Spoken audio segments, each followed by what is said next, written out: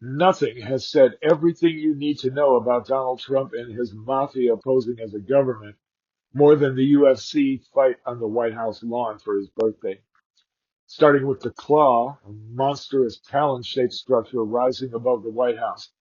It screams for your attention with its red, white, and blue adornments covering banks of TV lights. P.T. Barnum is spinning in his grave in a jealous rage right now. It's a spectacle, big stage for a big show built to celebrate a big showman.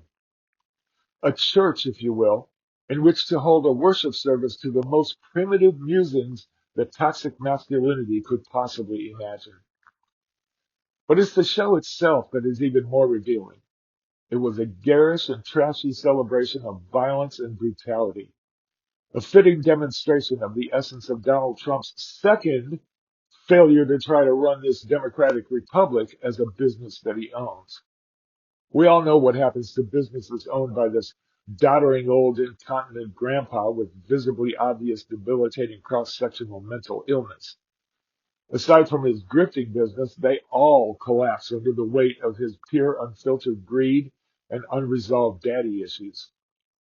This UFC celebration is bringing up images of a troglodyte on date night, primping to get ready to go out there and find a mate by clubbing some poor girl with a hunk of wood, grabbing her by her hair, and dragging her back to his cave, swinging his dick and dragging his knuckles along the way.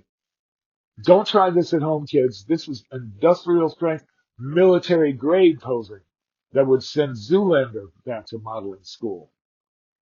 And don't get me started on the White House Mafia he has surrounded himself with. Did Donald Trump just wander into a bar one night in Ward 8 and round up a cadre of drinking buddies and give them cabinet positions?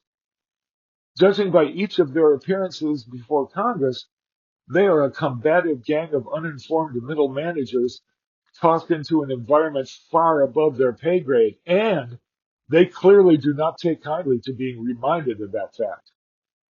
Yet they seem so grateful and devoted to him while they're frantically scrambling to prop up this walking shell of medical challenges upright for the cameras.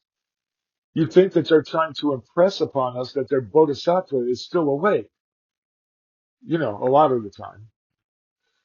I doubt that you've forgotten how condescendingly he lambasted his predecessors for dragging us into these endless wars over and over. Now that he has another crack at the White House, he starts right out with threatening just about everybody except Netanyahu, Putin, and a handful of big donors. He is threatening Greenland, Canada, Venezuela, of course, Venezuelan fishermen, Cuba, NATO, the UN, and now Iran. Here at home, he's threatening people of color, gay people, drag queens, transgender people, libraries, the theater, arts, schools, the broadcast media, firms, law firms, legislators, regardless of party affiliation. He bullies almost everyone, friend and foe alike, and uses the new expanded powers of the office to brutalize them all, some of them even physically. That cage fight on the White House lawn and all of the spectacle it carried with it was a perfect demonstration of who Donald Trump really is. He has been pulling the stunts like this since he graduated from Wharton back in the Stone Age when they were working on a prototype for Dirt. But will we listen?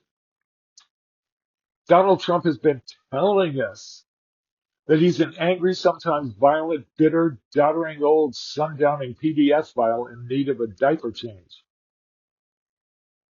Allegedly. And with that, I'm GL Franklyn for the view from out here. Much love.